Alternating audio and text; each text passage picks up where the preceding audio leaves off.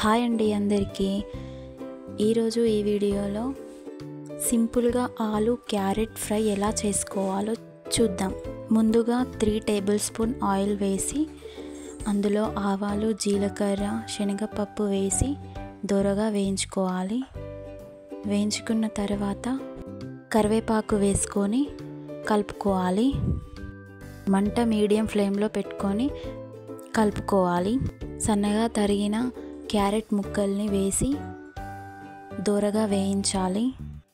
Carrot ముక్కలు కొంచెం brown colour వచ్చిన తర్వాత సన్నగా తరిగి పెట్టుకున్న ఆలు ముక్కలు వేసి కలుపుకోవాలి.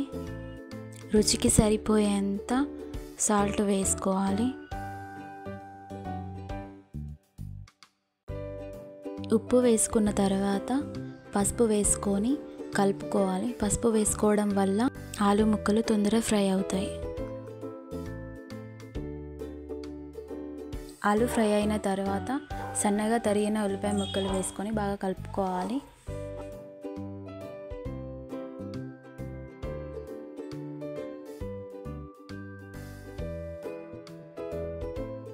కర్రీ ఫ్రై అయిన తర్వాత రుచికి సరిపడే కారం వేసుకోవాలి.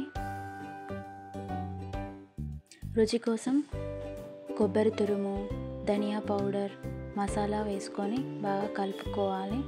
ఇంతే, సింపుల్ అండి. ఒకసారి ఇంట్లో ట్రై చేయండి.